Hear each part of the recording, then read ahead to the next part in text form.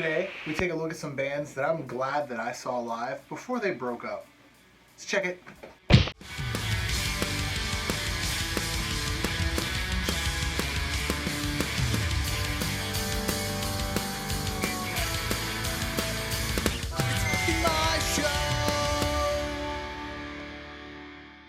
Seeing one of your favorite bands live is the ultimate experience. It feels though anymore that in this day and age with tragic deaths happening and indefinite hiatuses going on, you're kind of pressured for time to see a band live before their ultimate demise.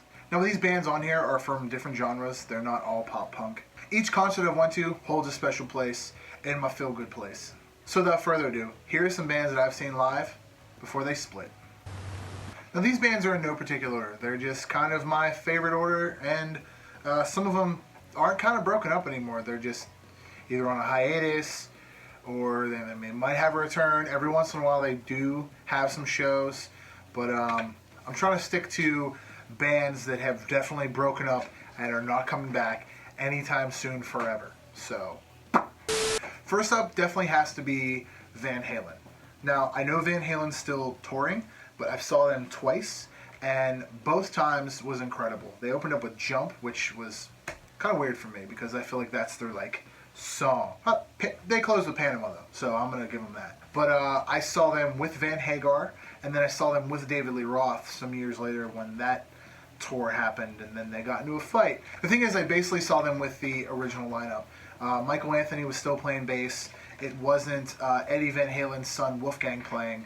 And it was just incredible to see that chemistry back together after all these years. Ozzy Osbourne. Now Ozzy again is still touring. He's been having some health problems here and there lately, but I saw him on the last, it wasn't the last Ozfest, but to me in my brain it was the last Ozfest that mattered, because the one after that he didn't tour. It was 2006. And on that tour he said he wasn't going to play Ozfest anymore. It was going to kind of go on as a festival all of its own. On that tour, he did some side stage shows. Like, if you've never been to an Ozfest or Mayhem or Warped Tour, there's a main stage and there's a couple side stages. And he played on the side stage for Pittsburgh. I guess it was the luck of the draw, or Pittsburgh was a favorite place of his, what have you, but he played the side stage for that. So he was midday.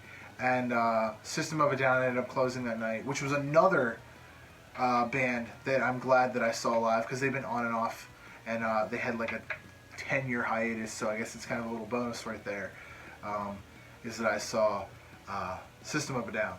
Next is Avenged Sevenfold, which was on that same Ozfest, and it Warped Tour the year prior, or the same year, I don't remember. It was 2005, 2006. Avenged Sevenfold, another band that's together, but that lineup, Rev was still alive. All of the chemistry was there. It's when City of Evil was at its peak. Everyone was singing along to every single word. But I just remember seeing that and just never hearing anything like it. It was another time that kind of blew me away, because it was this heavier, harder band that had these misfit style names. Because I didn't know who the fuck they were at the time. They ended up covering Linoleum by NoFX. I think there's a video of them doing that cover online somewhere. It's not from the Pittsburgh date, but I just remember them doing it and just being blown away by it, because they said that we really don't know how to... Everyone in the band agrees that they know how to play this song, but we've never practiced it before, and then they just crushed it. But seeing Rev and the whole band live was amazing. I saw them a couple years later, after Rev died. The band still felt the same. Mike Portnoy was playing drums at the time, but it was just didn't feel the same. Another on-again, off-again band that I think has finally done their retirement is Rush. I've seen Rush probably 3 or 4 times live, and every time there's no opener. They just play for a solid 3 hours, and it is incredible the entire time. I thought the first time I saw them, it was for their 30th anniversary, and I thought, a band that doesn't have an opener, how is that going to be entertaining the entire time? Not even knowing all of their catalog of songs, watching them live is just an incredible experience. It's I guess it'd be comparison to going to see the Rolling Stones or going to see Dave Matthews Band. It's just having the entire experience. And that's what Rush was for me. And after I went once, I went and saw them again when their cover album came out, and then on their farewell tour. But they've been having a farewell tour every couple of years. So, next up would have to be Yellowcard. I know Ryan Key from Yellowcard still does some shows acoustic, and they're kind of off again, on again band. Hey, we're gonna do this show in Cincinnati today, and we're just gonna be thrown on this bill. Just seeing Yellowcard live. They're another band that, like, when the early 2000s pop punk explosion happened, you know, Only One and Ocean Avenue was everywhere. Like, that song was on commercial radio. Just seeing them live and their violinist doing backflips off of amplifiers. I saw them at the Four Chord Music Festival in Pittsburgh. I've seen them at the Vans Warped Tour, and I saw them in another show that I remember them being there, but it was a random, like, festival type show where it was just a couple bands. And if you ever get the chance, see Ryan Key. He performs all the Yellowcard songs acoustically, and it's still amazing. Next up's going to have to be The Academy Is. I saw The Academy Is with Fall Out Boy on the Honda Civic Tour in 2007. I want to say 2007, because that's when Fall Out Boy was touring the Infinity on High album. Whatever year the Honda Civic Tour was with that, seeing The Academy Is live was amazing. About a Girl just came out, and I was all about that song. Neighbors was another awesome single. If you've ever seen the music video from that, it's from that tour. They did a tour compilation of the song. They just have like a 70s rock vibe meets pop punk, which is amazing. William Beckett, for as tiny of a dude as he is, has an incredible voice. He's another one, along with Ryan Key, that also does acoustic shows every once in a while, performs solo at the Vans Warped Tour in the acoustic solo tent. But The Academy Is their show. Incredible, blew me away. I love their harmonies, and bummed they're not together anymore. Next is Plus 44. On that same tour with Fall Out Boy and The Academy Is, Paul Wall played. That was kind of weird, but I got to see Paul Wall. That was kind of cool, but that's not the point. I saw Plus 44, which I think they only did this tour and then a couple of other small dates. They didn't do full-fledged, like, headlining solo tour. I mean, if I'm wrong, leave that in the comments below and call me out on it. But I'm pretty sure that the Honda Civic Tour with Fall Out Boy was the only, like, big stadium tour that they did. If you don't know who Plus 44 is, Plus 44 is Mark Hoppus and Travis Barker's side project / indefinite hiatus project whenever Blink was on their hiatus. Tom went off and did Angels on Airwaves, and Mark and Travis went off and did Plus 44. Seeing them live, their live performance was just as good as their album. It was awesome to finally see two guitars in a band with Mark, even though a lot of the parts were played the same. It was like a left and right rhythm guitar sound. But just hearing those songs from that record and seeing them live is kind of awesome. I wish they'd do something else. Mark has talked recently about doing a side projects tour or a projects tour where basically Blink would headline, but all of the projects that him, Travis, Tom, and Matt Skiba have been a part of would tour with them. So it would be Blink-182 with Alkaline Trio, Boxcar Racer, Angels and Airways, Transplants, Simple Creatures, and Plus 44. Alex Cathcart from All Time Low joked that you would probably only have like one show and that's it, because after that you'd have to rest for 6 months because you'd blow your voice out on that one night. Since Mark is in like 3 or 4 bands, and so is Travis is in pretty much all of them, and Tom's in like 3 or 4 of them.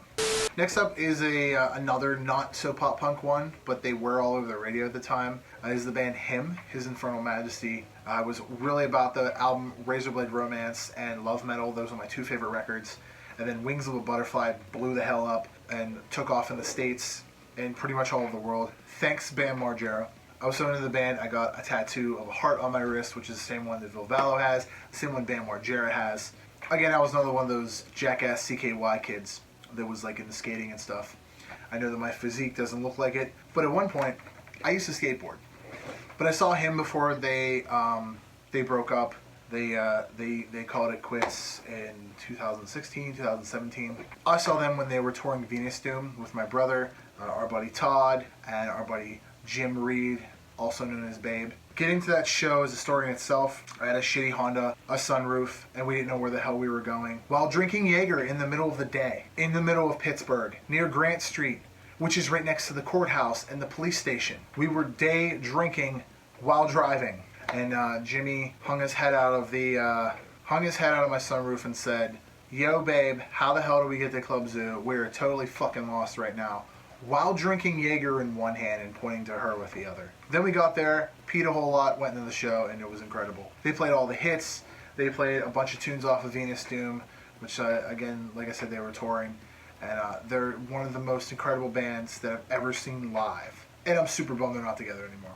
If you don't know who Motorhead is, Lemmy is God. Lemmy, their bass player, passed away a couple years ago, and I got to see them before he did on the 2013.